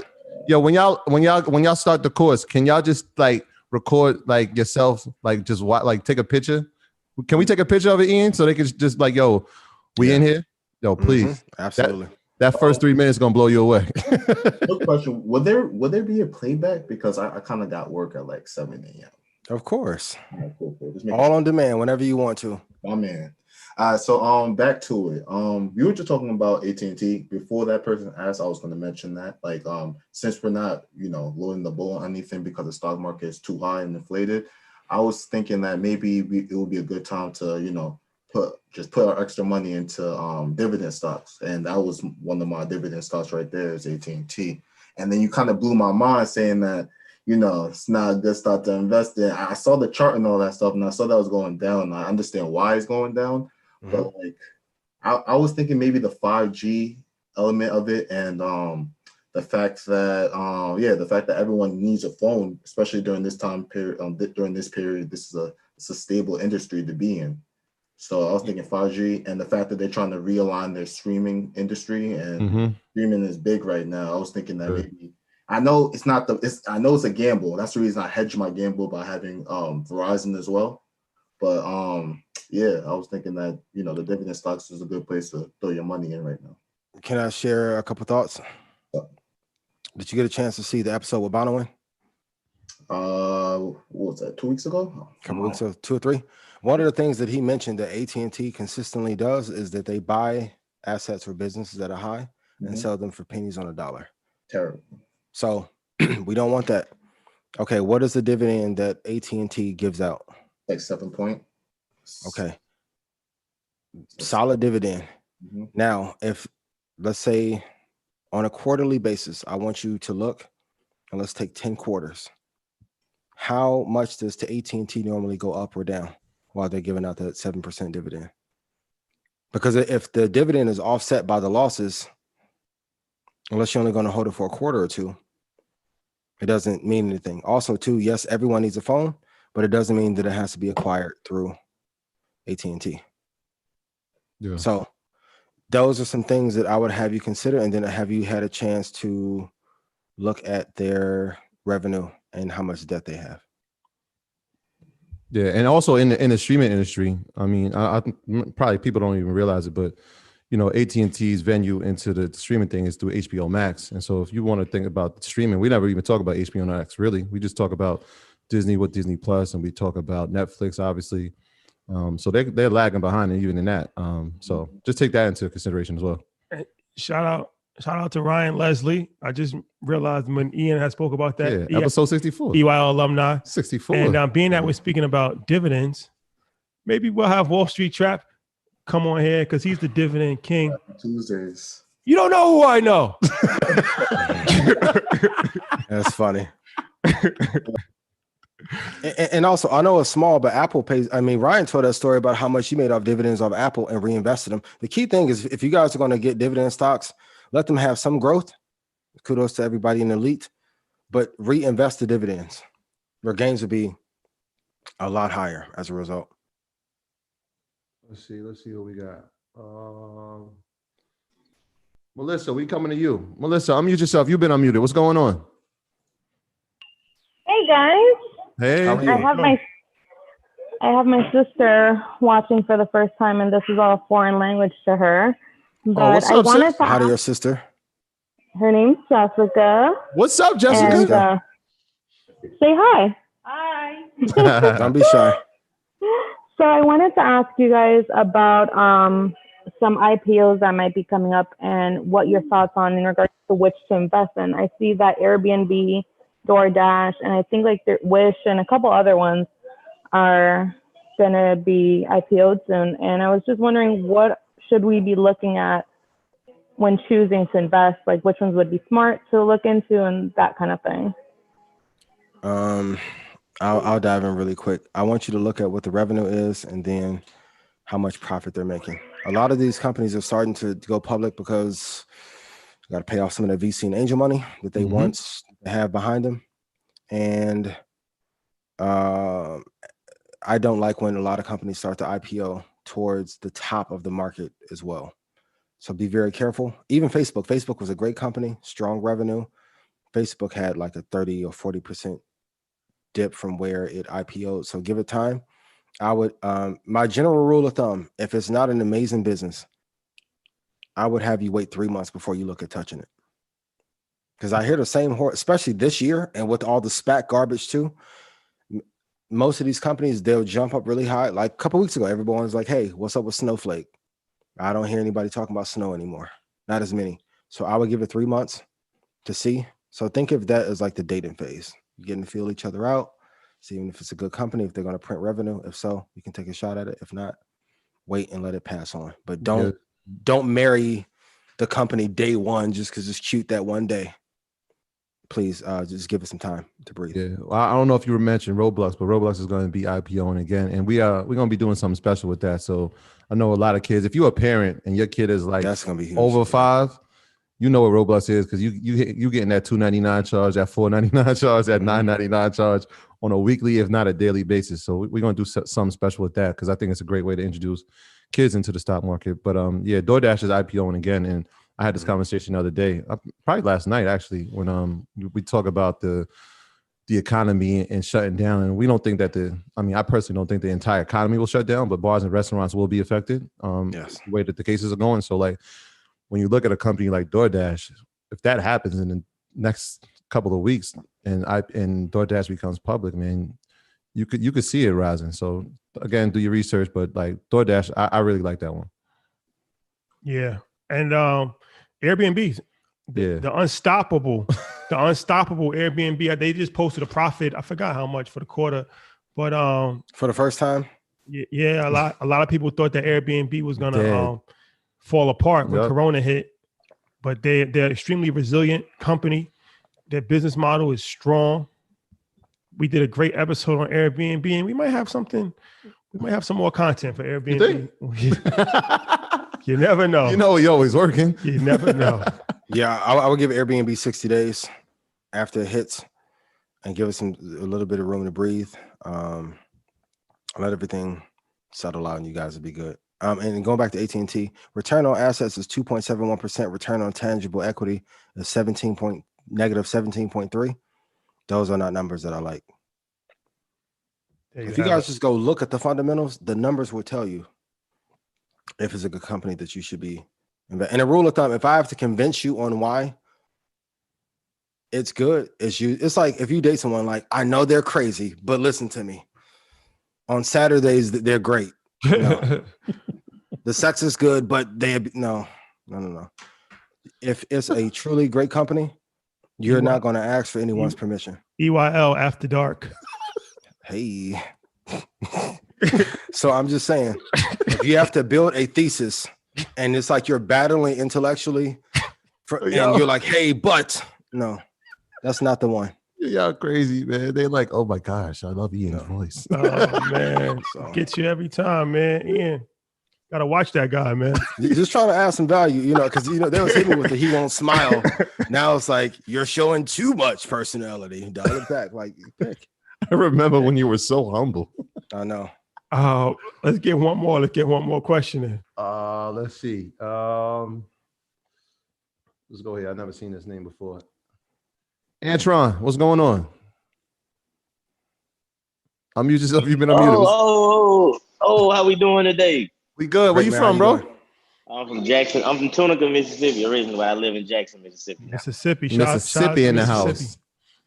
Yeah, so I've been following you guys for a while, I guess. So my question is, I'm a small restaurant owner here in Mississippi. We do short order cooks. We own a hot wing spot here in Mississippi. And so my question is to Ian and to you guys. I have around, I think, 15 employees, and our average age is probably like 19 and 20. Oh, And so, Dope. and so I think we work as a great team, and I'm trying to get them to learn how to invest and start doing things. So I have Wall Street Tropicals. I'm part of EYL, and it's like where to start with them. What would be your advice for to start with them in their classes about like putting stuff together? Because we do have some that are too young, like they're like 15 at work, that their parents have signed off on them to work. They're part of our like nonprofit organization that we do here for after school. And so we want to know like what would be like a good starting point for them, since they kind of like, I guess, would be too young to have their own investment account, I would say. Like I know the custodial account. So. How old are they again? We have, I think, 4 of them are 15. We have 7 that are 18, and then we have 2 that are like 21 and 22. Oh, this is perfect. You guys mind if I take this? Go ahead. yeah, go ahead, man. Go ahead. Have you, Antron, have you invested in the market yet? We got to unmute him. This is what I would have you do. He's This there. is what I have you do. I say yes, I have. I've invested. I have, and I've been with the Robinhood, and so I do kind of like the things you said. They do 2 checks and do 2 indexes, and so basically it's been just Apple and maybe Tesla that I got in at probably around in early August, and I've just been sticking with Vanguard and just letting it ride out. Like I'm like just hold for 5 years and just stay put, and then just study more. So I can teach them everything I try to learn it so I can teach it to them on their level. And how long have you been in? I've been in for like 3 months. I think 4 months. What I want you to do the next time you guys have your meeting, I want you to take out the amount of money and that you have equivalent to your account and count it in front of them. The great part about kids is they don't need a lot of money for them to be like, oh my God, like you count 360 and 20s. They like, yo, you are balling. Because the thing, we come at kids like this. Hey, you know what you should do? You should invest. And if you invest, you never have to work. And if you never have to work, you're free. But you don't have any semblance, not saying you, semblance of freedom. If you count out the money in front of them, they will then listen after the fact. Because kids, like women, they can detect certain things in our character, but they have to see the end goal. I think if we started showing kids them, because if you look at it on the black market side, they entice kids with a little bit of money.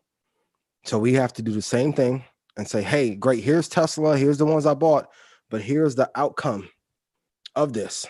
I tell you guys all the time, Xander listens to me when it comes to business, because when he asks for something, I'm able to get it, but I also count that money out in front of him. Makes a huge difference. Start there, and then the respect is going to go up. And then whenever they get distracted and they get tempted, they're going to be like, why would I take 200 here and risk my life when I know I can do this? And you're solid as hell for showing them early. Are you in the Red Panda Stock Club? No, I'm a part of the features program. Okay, so since you've been teaching the kids, send Troy your email and I'll put you in the Stock Club. Yeah, hit me up, I Antron. appreciate you doing that. I'll put you on the night. Antron, Troy at Earn Your Leisure. And we'll get you on the night. No one else, but I got you. And keep telling those kids what to do. But for all the adults, show them.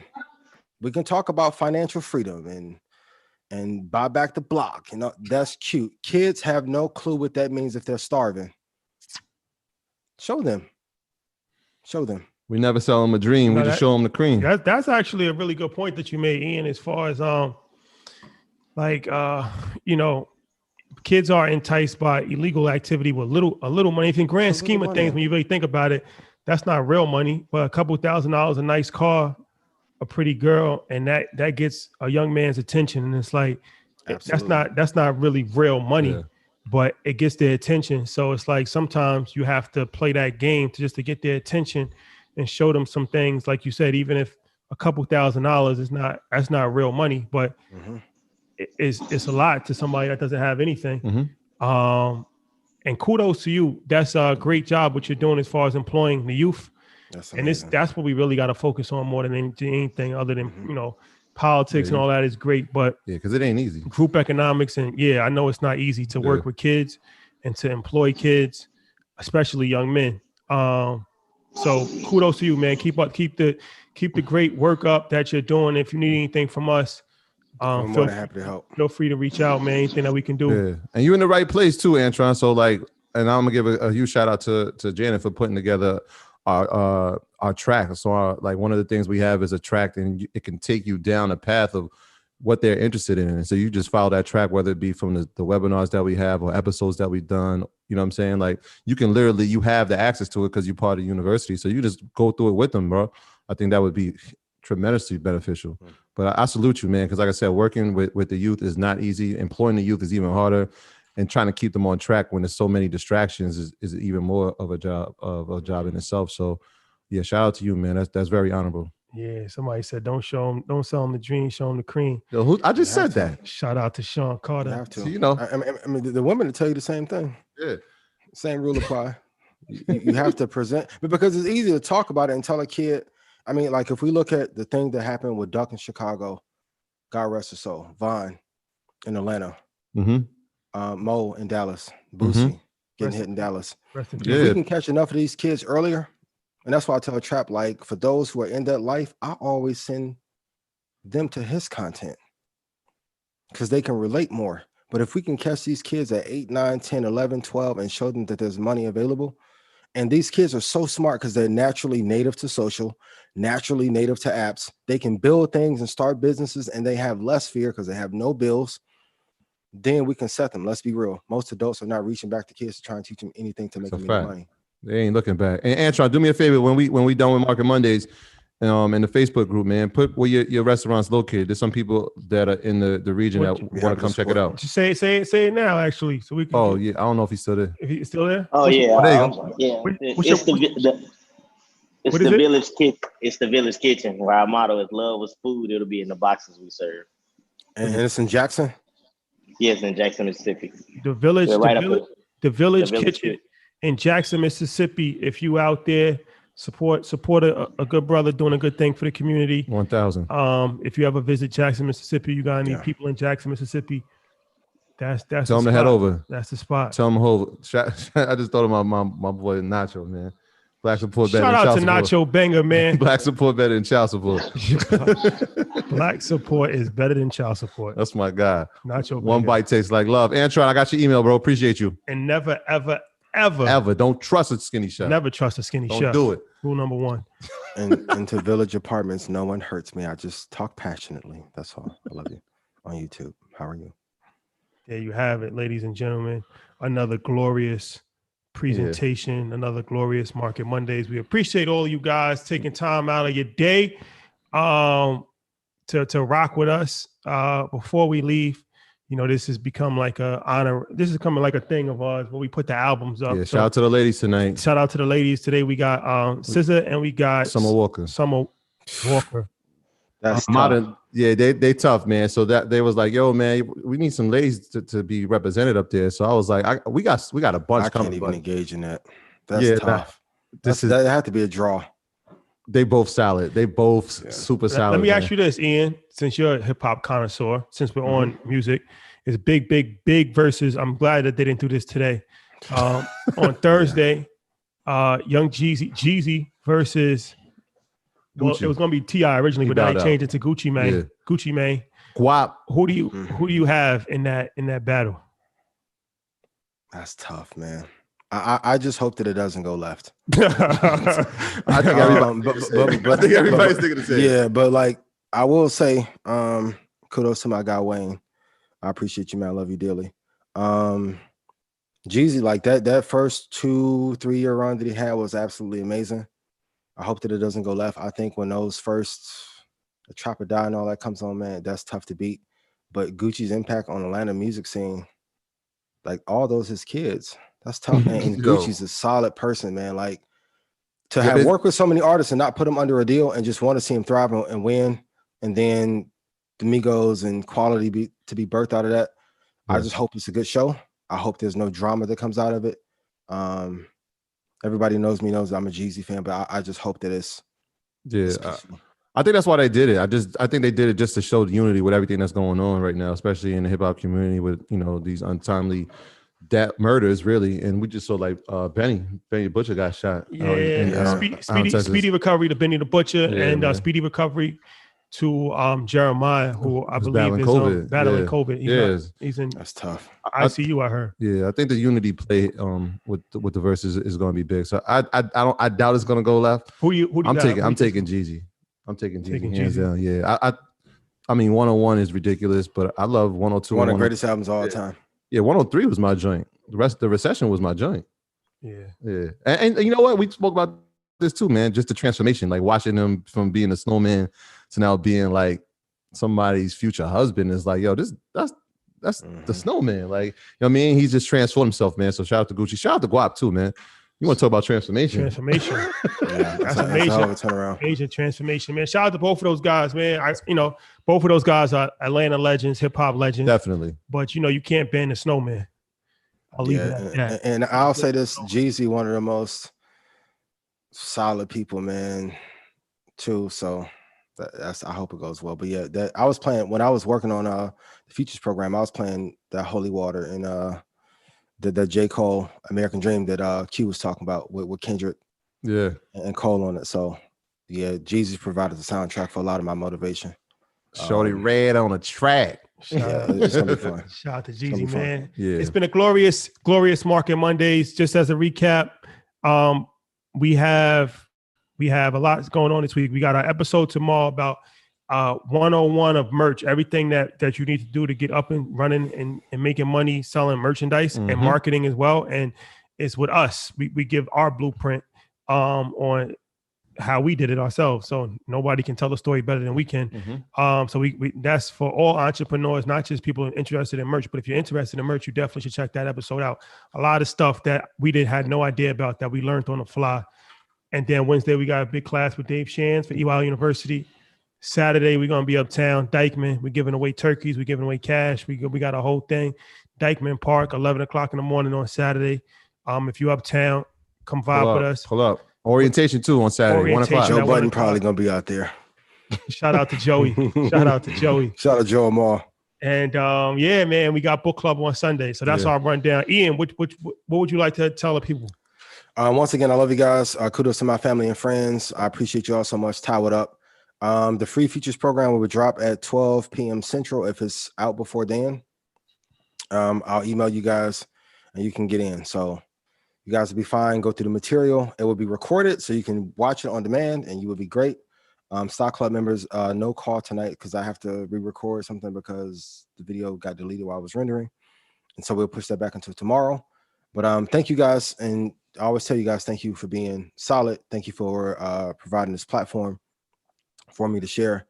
And that's it. I love everybody over and out. Somebody said DJ Screw 20th anniversary. Rest in peace to DJ Screw, and shout out to everybody in Houston, Texas, where you're at actually. Ian, shout out to my guy, Lil Kiki. He was original Screwed Up Click member. So I learned a lot just by following his Instagram page. We didn't grow up on that culture, but I learned the culture from him watching his page, and it's a whole culture of screwed up music down there in Houston, Texas. So shout out to Houston. Everybody knows we got a lot of love for Houston, Texas. God willing, we'll be able to get back to Houston pretty soon. Yeah. And yeah, man, we're gonna have some fun out there. We got a lot of Houston probably had the most underrated music scene because there isn't any major labels here. Yeah. But in terms of independence, incredible, man. Incredible. That's Shout out to Jay Prince, man. Shout out to that's gonna happen. Yeah, shout out to everybody. Just saying. All right, guys. So if you check out Market Mondays on all podcast apps, also this will be out in a couple hours on all podcast apps. So download that, run those numbers up, and we'll see you back here next week. Peace. Yep. Peace.